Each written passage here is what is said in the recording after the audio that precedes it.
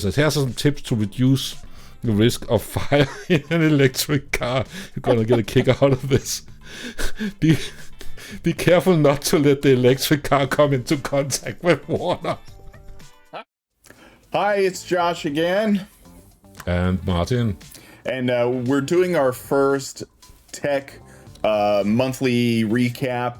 This is kind of a video Martin and I have talked about putting together, and we, with all the videos we put together, there's a lot of information and news and things that we come across, especially with AI, all sorts of different technology articles. So we figured we'd like to put together a monthly just tech recap of what's happened over the last month. But this being our first video, there's going to be some things included from a little older than that. But let us know down in the comments what we succeeded at, what we failed at, what information we should have included.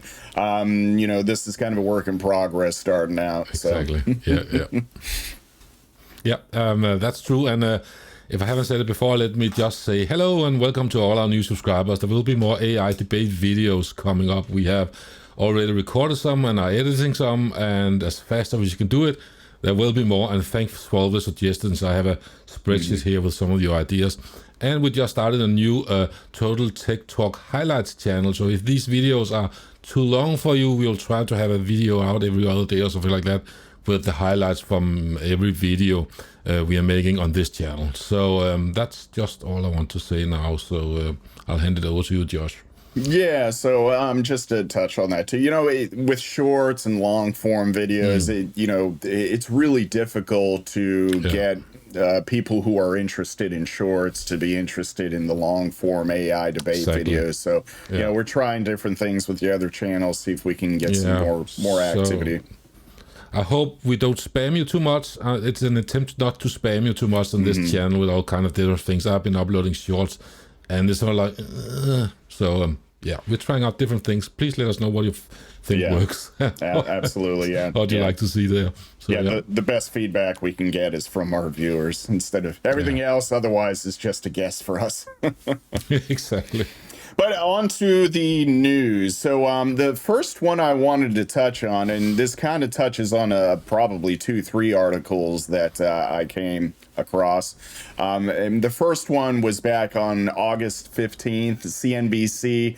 They put out an article about AI is the biggest transformational tech trend we've seen in 30 years, says Wedbush's Dan Ives. So Dan Ives, I guess he's big on technology investments and things like that. So they referred to him, and he said that he expects AI budgets, like for just general technology companies, just all around the country. So they're expecting tech budgets to include AI as much as 10% in 2024.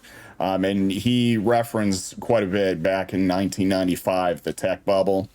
So it sounds like from that article, he's feeling awfully strongly that AI, we're going to experience another possible bubble. And I don't mean to put words in his mouth, but he did reference the tech bubble quite a lot. And it's inflating now. It's not the we had a .com bust, for those who are old enough to know, around at the turn of the century for many reasons. One being the Y2K bug, but that's another different. But so he's saying it's blowing up right now. It's getting bigger. Yeah, I mean, a lot of companies, they're banking on AI. I mean, the companies that are developing it, obviously, they're banking on it.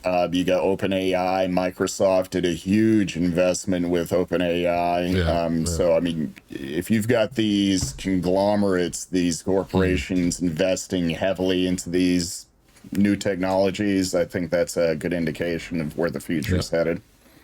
Yeah. I think so as well. We can just see that with everything we're doing right here on our channel. There's plenty enough to talk about. So but I mean, that was pretty much a summary from that article. I have one that is a quite shorter one, more technical specific. We're using ChatGPT right now for our AI debates, and we're going to use other GPTs as well. But one thing we always been struggling with a bit is that every time we start a new session, we need to teach it a bit about what is it we're going to do. We need to set the scene as well, right? And we need to talk about, I'm Martin, he's Josh, blah, blah, blah, and so forth. And now apparently you can have custom instructions in it. So every time you start up, it knows how it is, what you want going to talk, what it should call you. You can tell if you want more long-form responses, do you want short, precise responses. It's a small gesture. Personally, I'm still angry about them removing the browser. And that is going to be something I'm going to talk about in my next topic when I'm going about something of Google and Bart. But Gotcha. I'm still considering should I keep paying for OpenAI and ChatGPT now, but I think I will for now, right? Based on something in my next topic. So definitely want to support that initiative. So I'm happy to be a subscriber to all of OpenAI services. But it's interesting. I'm happy to see that new feature that they've added. Like you said, that it helps get the conversation started a lot more easily. Right. So so that's just what I have to say about that topic. So I'll hand you over to the next. Yeah, so, still going on with AI. Business Insider, they've, back on August 21st, they said, emerging tech from AI to extended reality is radically reshaping today's business world, and leaders who don't get on board as soon as possible will be left in the dust. And, I mean, the title of that article says it all. Yeah, I mean, it's pretty obvious, especially big high-tech companies, if they're not utilizing AI in one way or another, their competition is, and they're going to be surpassed by their competition pretty quickly. I mean, simply just for a YouTube channel, I mean, just the amount it's helped us is just immense. And I mean, it can help absolutely every single department in almost any organization. I agree. Sometimes when you want to write a YouTube title, you don't have any ideas. You just give in a synopsis of the video and say, give me 5 titles. And then you find 5 titles and then say, I want something more of that in that direction. And it's really good for that. What it's not good for is the SEO, search engine optimization. You still need to do some manual work. I think that's true for most places where we use ChatGPT and other things. We still need to do some manual work still. We need to figure out what would work and do some research, but it's good at helping you along, I think. I feel like that's partly because of the lack of up-to-date information and lack of access to the internet. So everything, all the SEO and all that stuff is years old now. So, but I think, a lot of things happening. If you're programming, you're writing a script in Python, or you do need a regex. Show me a regex expression that does this, and I need to do. But you still kind of need to know what you wanted to do. Or you actually still know exactly what result you want, and then you have to tell it, could you form that sentence or that expression for me? And then you still need to test it that it works. And it's not always that gives you the most efficient, but it's an excellent tool for looking up. So And that, if you have nothing more on that, that kind of leads me into my next topic. Go ahead. Google's answer to ChatGPT's Bart. One big difference is Bart has real-time access to the internet. And I have a few words. I have opinions on that. First off, I have been very unhappy with Google the last few years. It's the search engine, at least. You're starting to get more and more crap, less and less useful searches. And one of the reasons ChatGPT with OpenAI no longer has internet access, I think they said because they gave access to paywalled content. And I think the reason for that is that they have it was via Bing and Edge, they gave access to the internet on OpenAI. And I think that paywall sites they have, like, they open up to search engines so they can index their sites, it's a newspaper, whatever it is. But then ChatGPT came in through that IP address, I'm just thinking now. And so the reason why people could see their paywall content for free, asking ChatGPT using the internet access. Now, that took a lot of usefulness out of ChatGPT, but I played a bit with Bart, and I will say with the D, not T, I will say that if you're using Google Access today, you the Google search today, and you are as unhappy with this I am, try Google Bard, bard.google.com. It is excellent for looking up information if you don't want to pay for a GPT or no, some AI access. If you want to look up what's the price of the camera you want to buy, what's something and another, it's excellent without all the crap and search through websites with ads and crap on it. I did an example here when I just wanted something that's very popular among people who are against the electric cars, for example. How often do electric cars catch on fire compared to gas cars? And instead of waiting through articles, it said that the study by the National Fire Protection Association says that so many cars of each type have gone on fire, and for every 46,000 cars, one electric car catches this fire, and for every 8,333 gas cars, they catch fire, it says.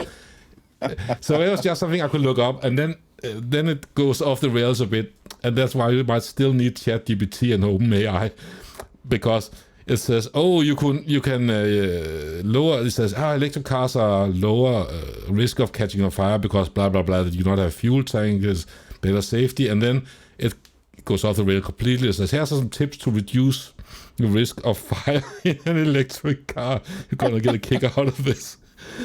Be careful not to let the electric car come into contact with water. Your electric car cannot get in contact with water. No water at all. It will catch on fire. So that was Google Bard's suggestion. So I can tell you it's not an issue. Anyway, it's like gremlins. Yeah. Don't feed them after midnight. But anyway, I must remind myself to use Bard more to waste less time on Google search, and being internet connected is awesome. And we have a little time where we still can use Google Bard before they fill it up with commercials and what have you, and I haven't figured out to monetize it. But try that instead of using Google search today and see what you think about it if you need to look up an answer to something. So definitely, that's it. I'll hand it over to you. All right. So I'm going to cover two articles real quick. So the U.S. and China and, everything that's going on with AI. So this is a little over a month old now, but so July 21st, there was an article, the New York Times, that pressured by Biden, AI companies agree to guardrails on new tools. So 7 companies, Amazon, Anthropic, Google, Inflection, Meta, Microsoft, and OpenAI, they formally made their commitment to new standards for safety, security, and trust at a meeting with President Biden at the White House.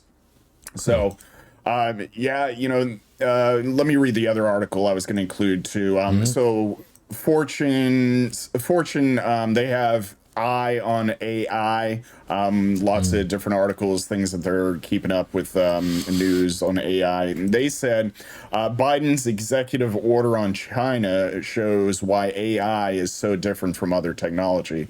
And it's just talking about how we have banned investing in Chinese AI companies. So those two things.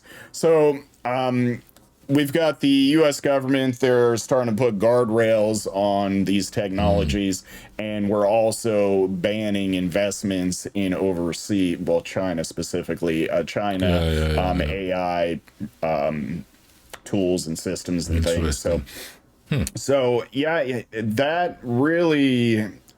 It's concerning for multiple reasons. One reason is, we're starting to restrict development of AI here in the U.S. Is China?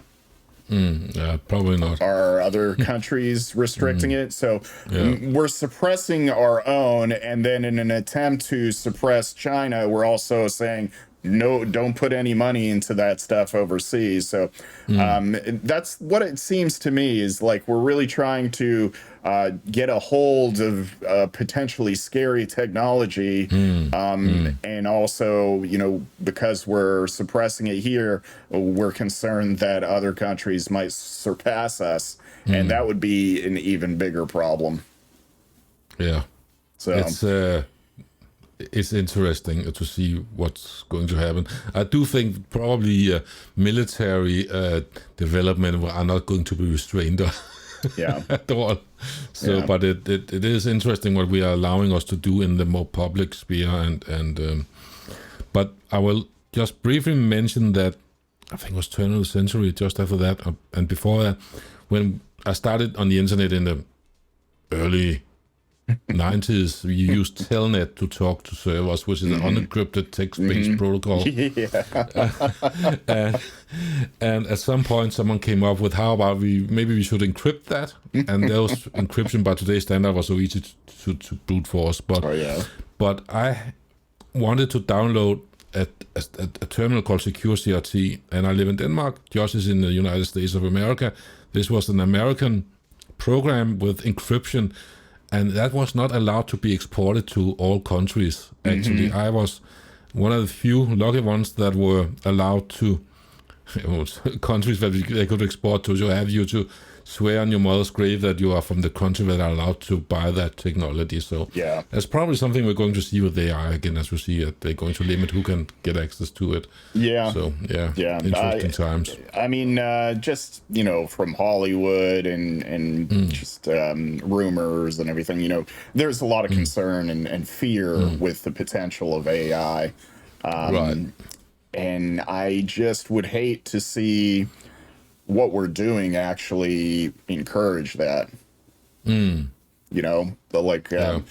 could be promoting our own AI here in the States, which would end up ultimately being a really good product, and safe and secure and everything. But because we're suppressing it, we're allowing other countries to develop their own. And what if they develop not so friendly AI?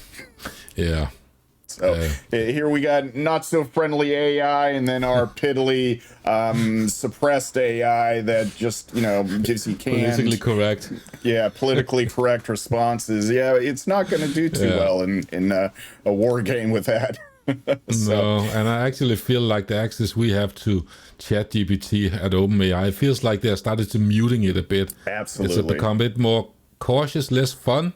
Yeah, it's harder to get it to go a bit more wild and out there. It's more starting to get more muted, and it's starting to put in a lot of disclaimers actually. Yeah, absolutely. It's like it's like the company is fearful that the AI is going to say something, and then that be used against them.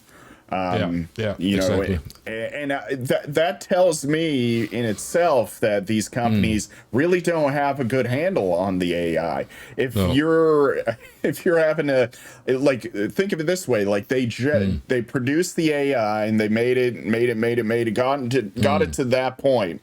And now it's like they're actually going back, and they're putting in other suppressions, more censorship. They're censoring the AI in a sense.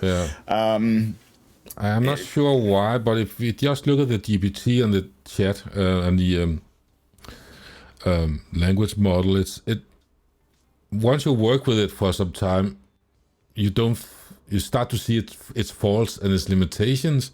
And I remember some Google engineer was in the news because he said, it's sentient. He had talked with it. There's nothing, what we have done so far, that indicates that it's sentient. It's more like I'm not going to use the wrong comparison here, a parroting.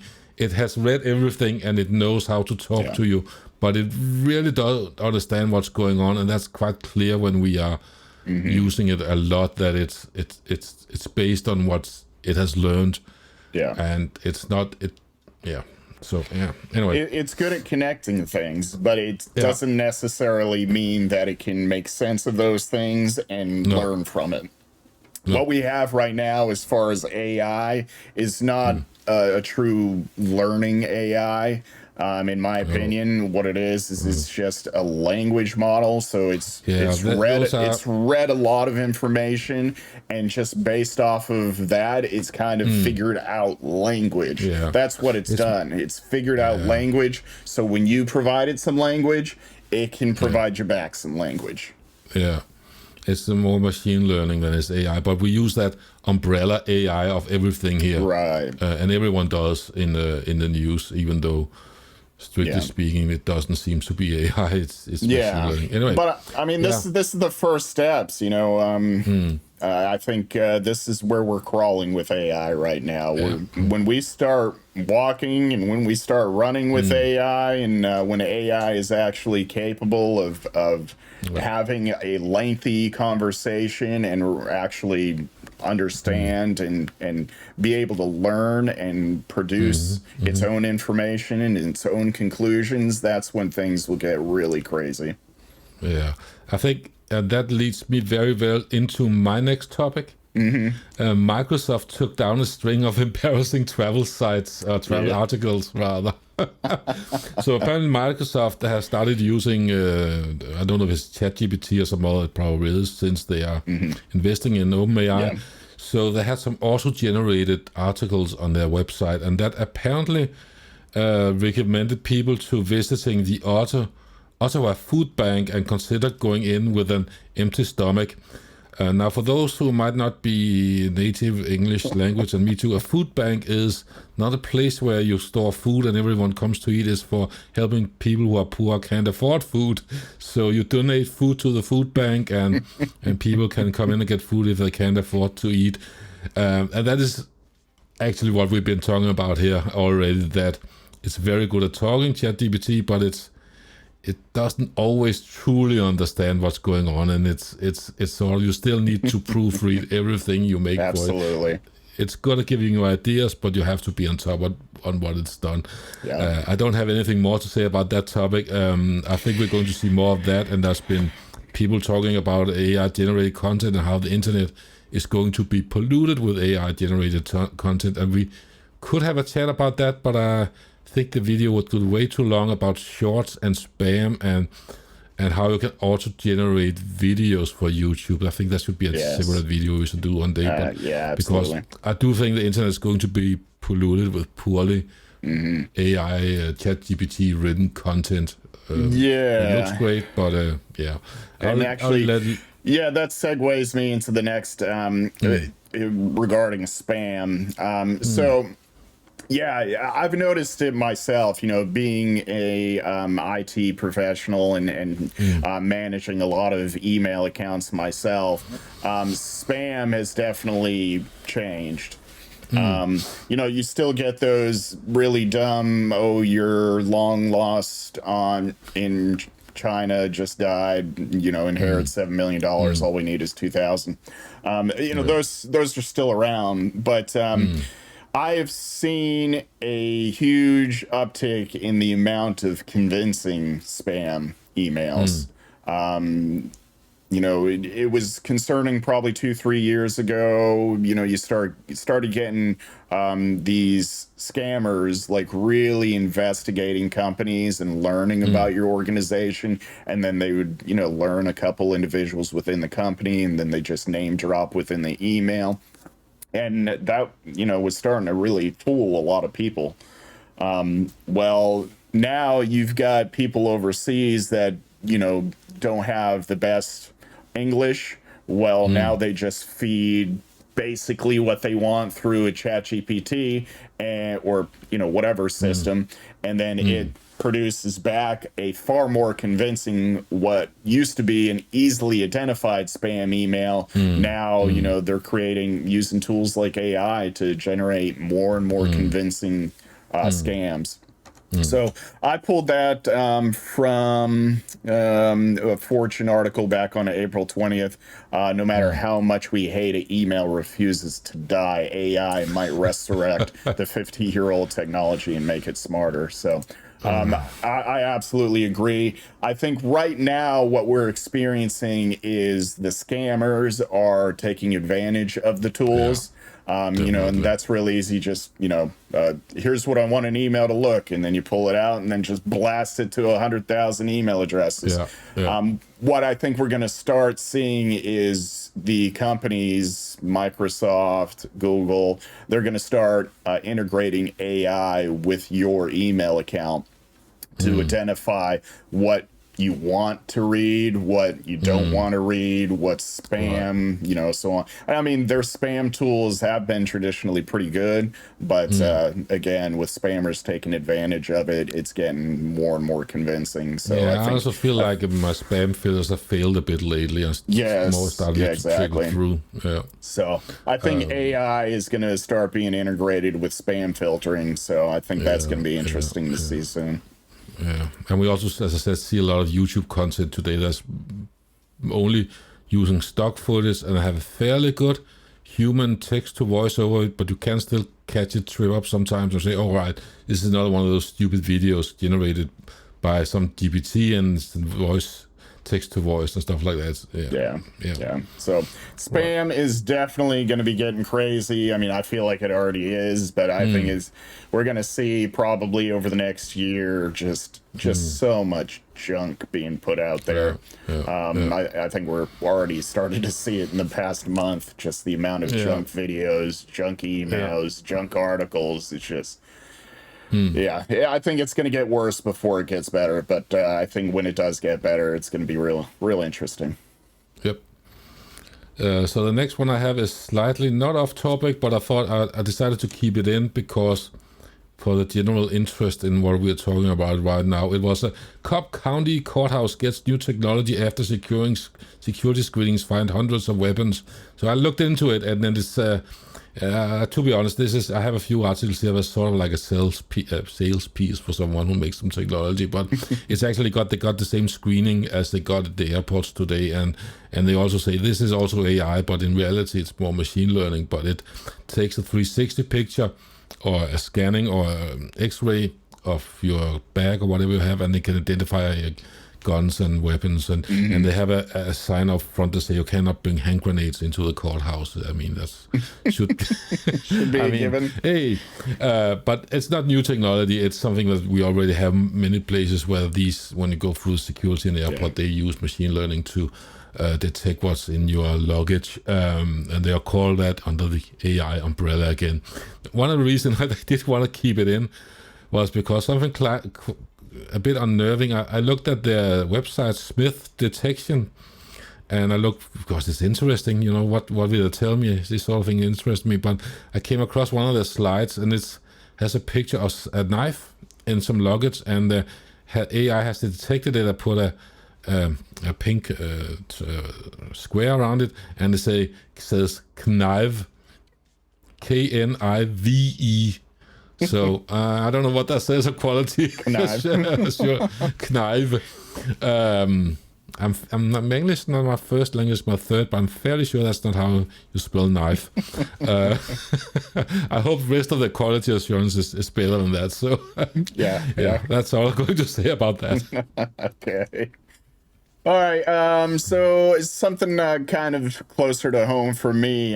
Walt Disney World, it's just about a half-hour drive for me. I don't go there too often as I used to as a kid, but I was happy to see that they are a huge supporter of the first robotics competition. It's not like the first one that's happened. This has been happening since 1992. They just call it it's called First Robotics Competition, but they have hosted Walt Disney World hosted their competitions many years. They started, I think, at Epcot was the first one they had, but it's just kids K through 12. They have a team robotics competition for a variety of purposes, and a lot of the Disney Imagineers, they mentor the students, and it just looked really interesting. I hadn't heard about it until starting to go down this rabbit trail, and just wanted to mention they did have their robotics challenge this past month, so lots of interesting stuff happening in robotics. And just to touch on another robotics, there is a company, Unitree, that is putting out cheap robots, and they're directly competing with Tesla's robotics that they're putting together. But it seems like they're like directly challenging Boston Dynamics because they've got their own little dog robot that looks almost identical to Spot, but the price points and the cost is just unbelievably cheap compared to Boston Dynamics. So I'm real excited about that. Not only seeing young kids getting into robotics, but seeing the robotics industry coming out with cheaper and cheaper products. I think that's a good indication, maybe in the next decade, you can actually start seeing robotics like that inside the home. Yeah. It should be interesting to see what the Disney Imagineers can do with robots in Disneyland and Disney World. I've only been to one of them once when I was in the US, but I do know they have a long history of being very creative with technology that's available in the given time where they're building it and making experiences for people. So yeah. Absolutely. Yeah. Okay, I have a weird one here. Oh, yes, sir. It's going to tie into one that I'm going to talk about at the end. It's a company called Helm AI that secures 55 million for developing AI software for autonomous driving and robotics automations. And there's a bunch of people who are Goodyear, Honda Motors, and others who are throwing money into that. And it seems to be a big topic with AI today and machine learning, autonomous driving for better and for worse. I mean, Tesla have been promising full self-driving for, 10 years or whatever. Yeah. And it cost like 10... full disclosure, I own a Tesla, but I did not spend the $10,000 of full self-driving for... Yeah. I'm very well aware that that's not going to happen in the lifetime of my car. I don't think so, even though it has the hardware for it. So they want to develop there. There seems to be a lot of money, again, in AI, and autonomous driving is certainly something that people keep investing in. On that note, the full self-driving on the Tesla used to be tied to the car. In the beginning, if you sold the car, it would be erased and go away. And then it followed the car for a bit, but now Tesla have allowed that if you subscribe or you pay for the full self-driving for one time, you can bring it over to the next car. So that's always something. But I feel like this whole self-driving autonomous, I'm going to touch again on that in the next. So it's just like a one-time payment. Like, it's interesting they don't have a subscription. I mean, because that's something that's they do. So, I mean, that's constantly going to evolve. And they have a subscription. They now have a subscription, so you can pay for it as a subscription. It's not cheap, and it's not available here in Denmark. I can buy the full self-driving.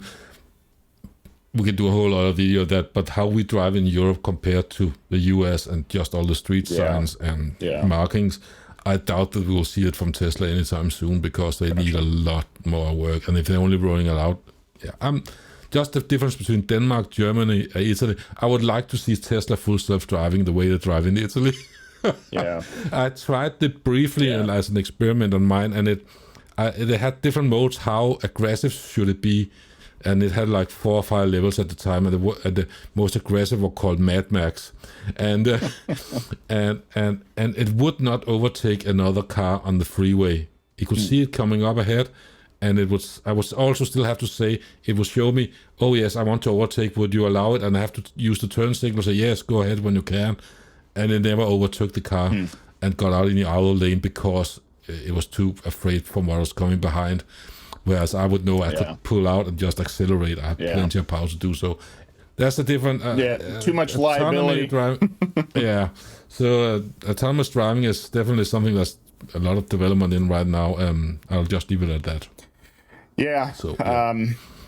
I mean, autonomous driving, that's a huge challenge, and I think we're kind of going about it the wrong way. I think trying to make autonomous driving work in a completely random environment, just it's too much. And the liability, like I just said, it's too much for manufacturers. I think I've said it before to you. I think there needs to be a new system on roads implemented that's specifically for the point of autonomous driving. Yeah, there needs to be less different. It needs to be more unified how everything is set up and how everything is communicated through signage and road markings and stuff like that. Definitely, yeah. Yeah. All right. So the next thing I've got. Well, I'm going to touch on space last, but a couple YouTube videos I came across that I just want to touch on. We'll link them below, but I saw from Arjan Codes, his channel. He's a software engineer, and he utilized GPT Engineer. This is a new tool available on GitHub, and it allows you to specify what you want to build, and the AI, it'll ask for some clarification, then it builds the program. I mean, so it's like, you know, you and I, we've gone into ChatGPT, and like I'll ask it, can you write me a PHP function that takes two variables, multiplies them together, and puts this output, and it does it beautifully usually. This, however, is taking that same ability but applying it to an entire website now. So you can literally just use this, ask the ChatGPT or whatever source it's tapping into. It's using GPT of some sort, and it writes the whole thing. It writes each and every page for you. So yeah, we'll link to his video for sure. I do recommend watching it if you're a programmer. You can see what's going on with AI and software development. It's a really good article to watch. But another one I wanted to touch on was Matthew Berman. He puts out AI and technology monthly kind of recap videos, and he's got several articles that he went through a little while ago, but a couple that were interesting to me. He said that AI solves CAPTCHAs better than humans now. And the LK99, the room temperature superconductor that was debunked. And then he's the one that I got the Unitree cheap robot information from. But I wanted to touch on the AI solves CAPTCHAs better than humans. That's a big problem. I'm starting to fail at them so hard. I think I'm sometimes I'm down to 50% now. Well, yeah, I mean, they're making them harder and harder now just to try and prove you're human. And now AI is able to bypass those. Yeah, I mean, you can make it really hard. They suck so hard, and I fail half of the time, and it gets. Sometimes I can't read half of the letters there, and it's just impossible. Yeah. So yeah. And as far as like a software developer and tech companies go, when you have a automated system capable of bypassing systems that you do not want to be automated, I can create huge issues for these companies. So.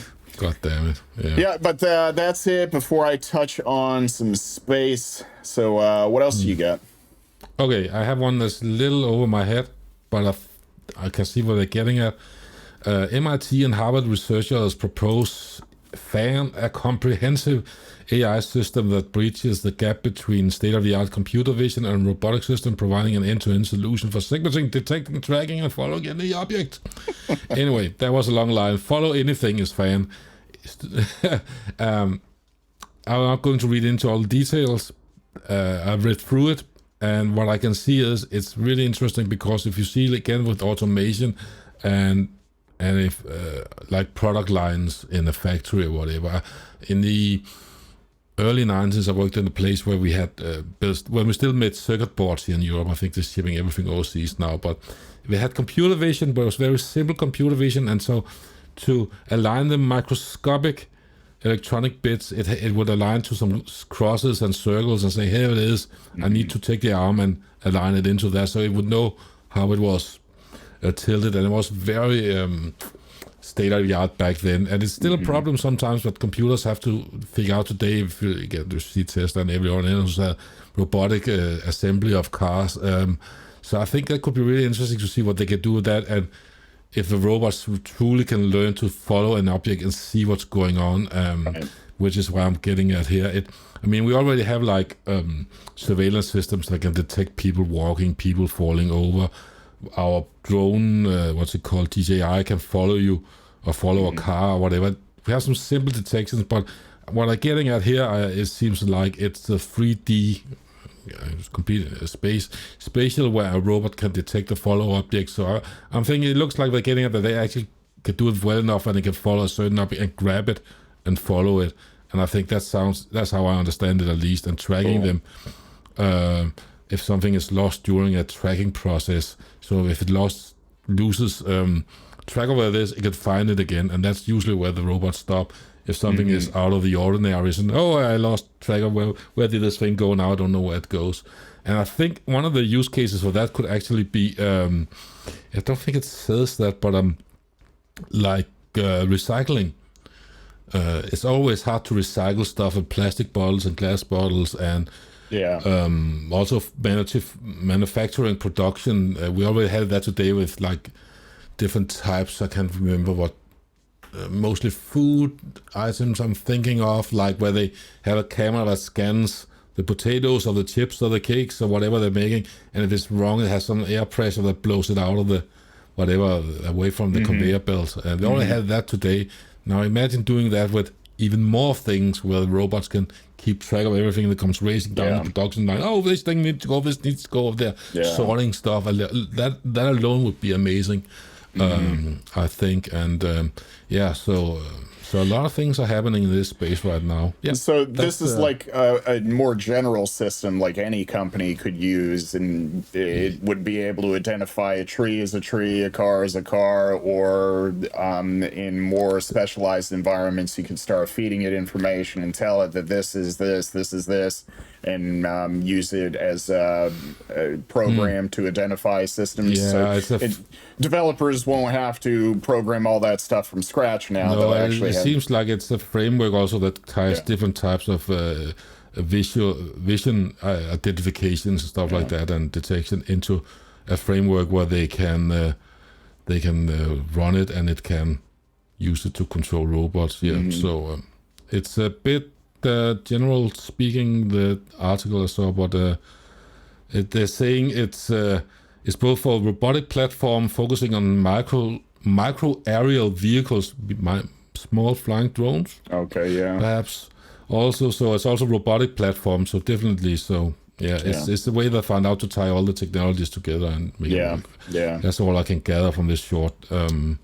Interesting. Well, I mean, it's real time. That's what I've thought about it for years. Like when I used to think of like Terminator and artificial intelligence and all this stuff, and I thought about it a long time ago. I knew that like Skynet, like it wouldn't just be one company that develops AI and then AI takes over the world. No, it's gonna be just lots of different systems being plugged together. So, you have OpenAI, that's the actual artificial intelligence system, but then you use other tools, or, robotics engineers use other tools and just combine them all together. So you have a speech-to-text system, a text-to-speech system, you've got the AI system, the learning system, you've got the ocular identification system using the MIT system. So it's just a matter of connecting and developing each of these systems, and eventually getting what people think AI really is, some walking, talking robot that you can actually have a conversation, it has a personality. Are we just in the beginning of that? So absolutely. So do you have anything else about AI before I go on to space stuff? I have two more. Go ahead with those before I touch into those. Right. The next one is sort of a what do you call it? Buzzword bingo bullshit. Something wants to sell their product. I'm sorry, not trying to talk them down, but it's kind of cool. Someone wants to make a flying car. So they say, NASA propulsion technology brings flying cars closer to reality. And I read into it, and that part didn't seem very interesting. It just seems that a certain part of fans and but will help to make flying cars. And I thought, we heard that for years, and and that's not really the interesting part. So because we've seen that for years, what I wanted to say is again tied into AI and machine learning, and it's we're not going to get flying cars. Get over it. No. That LK99 stuff, I was really looking forward to it. I thought for sure we were going to have a hoverboard in the next year. A real one. And let me tell let me tell you why we're not getting flying cars. It's not the technology of the flying car itself. First off, it's loud and unbearable to it's the energy required. Yeah, and that's just the technical part of it. Then there's the whole other thing. We have roads already and people trying to move in 2 dimensions, forward and backwards, left and right. Do you really think that the average human driving a car will be capable of navigating in 3 dimensions? And when you're done that, do you really want them to fly over your house in rush hour traffic? Do you want cars to fly over your house all the time? Yeah. If they crash, they'll crash down into your house. If we're going to see flying cars, it will be, that's my famous last words, they need to be completely AI controlled and out of the humans who are driving it, because you're not going to be able to control that absolutely. Yeah, and we're not going to have that before having autonomous cars. No, exactly my point. And they're going to be over some corridors, like we say. Instead of expanding the roads, we'll have cars down below and we'll have flying cars in the next level. Yeah. But still, then when those crash, they'll still crash into the cars below. And it's like Back to the Future 2, for example. You know, they weren't just cars flying all over random places. No, you notice like they actually had highways above the ground. Everybody's still driving in lanes, and that's how it'll be. Flight corridors, and it needs to be controlled by AI. It cannot be controlled by humans. It will never happen, and that will tie into my final news item here for today. Robot taxis crashing in California, and that is not a single article, that is multiple, and I'm not laughing out of, what is it called, I'm not trying, I want to see it happen, you know, I want to see them succeed, don't get me wrong, but Cruise, with I believe is GM owned, I'm not sure, they're running in San Francisco, and they start up in LA, and also think somewhere in Arizona or Texas, I'm not right sure, certainly Arizona I think. And they had doubled the number of cars, and they have a lot of interesting problems. One case where they all met in an intersection and couldn't decide what to do, so they clogged up the intersection. That was a fun part. Another one that drove down the sidewalk, and a more tragic one drove into an intersection and got T-boned by another car, and drove into an intersection that was green, but a fire truck came from where it was red and it hadn't turned to green. Usually the fire trucks they have that flash, they have like a flash. And what the intersection actually have, I'm not from the US, but I'm nerdy, so I read up on it. I saw these little weird boxes on top of intersection that has a long pipe on it. And what that actually is that they detect a certain flashing patterns, and then they see that pattern, they'll immediately switch to green in that direction so fire trucks can get through. Anyway, it proceeded into the intersection, and the fire truck rammed it with a passenger inside. And there's another case where it ignored a roadwork sign and proceeded to drive into wet cement. Oh, wow. Another one that's not related to the Cruise, but I saw... apparently they are testing out some automatic delivery vehicles, like a little robot thingy on wheels that drives on the sidewalk, that proceeded to drive through a crime scene, and the police couldn't do anything. And they said, "Why is that allowed to go through when we are not allowed to?" Because no one is in touch where you get to it. So there's a lot of work that needs to be done before all of that gets into a safe level where we really can use it. Other videos we've done, I've probably touched on this, but this is the correct format to talk about this. I touched on it earlier. I really believe that we're going about it the wrong way with autonomous driving. We keep trying to apply a system which is very rigid. We're trying to apply a very rigid system to an environment that is completely random. And I just don't see that. I mean, the amount of work and effort that they're putting into trying to do that, I really think their efforts would be far better put into, like, we need to start creating an autonomous driving lane. And, there's a special line for it. Other vehicles can't get into it. And it's strictly for that purpose, and we just expand on that. So first it's like just highways, you're in normal mode. Okay, let me go ahead and switch over to the autonomous lane. Yeah. I'm good. Don't have to worry about anything. And I think that's the right way to develop it. But I'm Yeah. just a little guy, and what do I get to And say? now, But and I also want to talk about now. What we're talking negative about it, I don't have any negative feelings. I'm very excited about everything that's happening. absolutely, And in autonomous driving, it's already some of those technology are already used for security, safety. Sometimes for better and for worse. I saw a horrifying video that ended well on YouTube years ago about there's a bus that stops. It's not a school bus, but it stops as some children runs over the street as he doesn't look each side, and a big Volvo truck just comes down, and it's not like in the US where there's a school bus and it says stop. It's just a regular bus.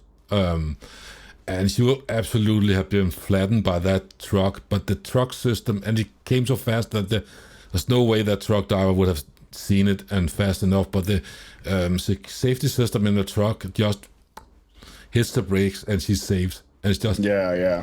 holy.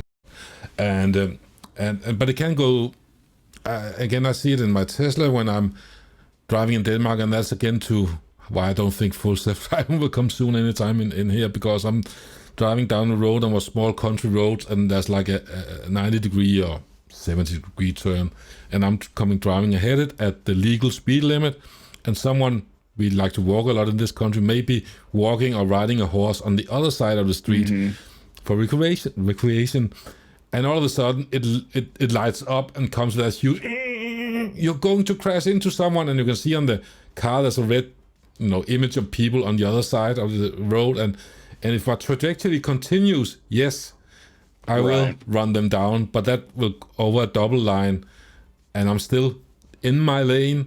Right. I just haven't started to turn yet because the road doesn't turn yet. I'm started to be kind of annoyed by that. Yeah. Where I'm starting to, oh God, now I'm going to get a warning. Yeah. Shut up. Yeah. And again, that's a problem. it's applying rigid systems to random environments, and I don't think I think their efforts would be a lot better put into let's start designing autonomous roads. That way you control where autonomous driving can be. You can control like do not allow people in construction and stuff like all that stuff has to be like pre-planned. Like if there's going to be construction on the autonomous road in LA, then that has to go through system procedures, and then now the autonomous vehicles know not to use that road, and anyway. The last thing I wanted to touch on was, I like space a lot, so I'd like to probably have myself a little Josh's Space Minute or something like that at the end of these. You do that. So I wanted to mention about the moon. So Russia and India were both planning missions to the moon, and Digital Trends had a little article about it. The Luna 25 mission, which was Russia's mission, was a failure. It was unmanned. Luckily, nobody was hurt, but the spacecraft attempted to land on the moon's south pole, which is where India was also attempting, and it's a location nobody has landed a craft yet, but the problem occurred during a maneuver to adjust the spacecraft's orbit, and Russia, they were in a race. India's mission was Chandrayaan-3, and India did succeed on August 23rd. They did successfully land near the moon's south pole, and a day later, the rover explored the lunar surface. So this achievement made India the first country to land on the moon since 2020, when China's Chang'e 5 mission took place. And with this, India now joins the U.S., Russia, and China as lunar visitors. So I thought that was kind of interesting. Russia, with all their space efforts in the past, they failed to land on the moon there. But congratulations to India for joining the party. Yeah, absolutely. I'm so damaged by playing Fallout. I remember Fallout 4. Do you remember in the start of the museum, the Sea of Tranquility conflict, where they were fighting on the Sea of Tranquility, which we assume was on the moon, a conflict on the moon. Right. Yeah. So I wonder when we get to that part where we start saying, "This is my moon." No, god damn it, this is my moon. Yeah. All right. Anyway, but very cool. Yeah, I think that's it for articles, unless you got anything else. Nope, I'm good. All right. Well, this was our first monthly news cap. We don't really want to spam people too much with like daily news articles and stuff. A lot happens with technology, and a lot is happening with AI right now. So, with our AI videos and other things that we like to do, we come across a lot of this stuff. So throughout the month, we like to earmark the things that interest us and like to share them with you. So. Like, comment, subscribe, all that fun stuff. And until next time, this is Josh. Martin. Thanks. Cheers. Bye.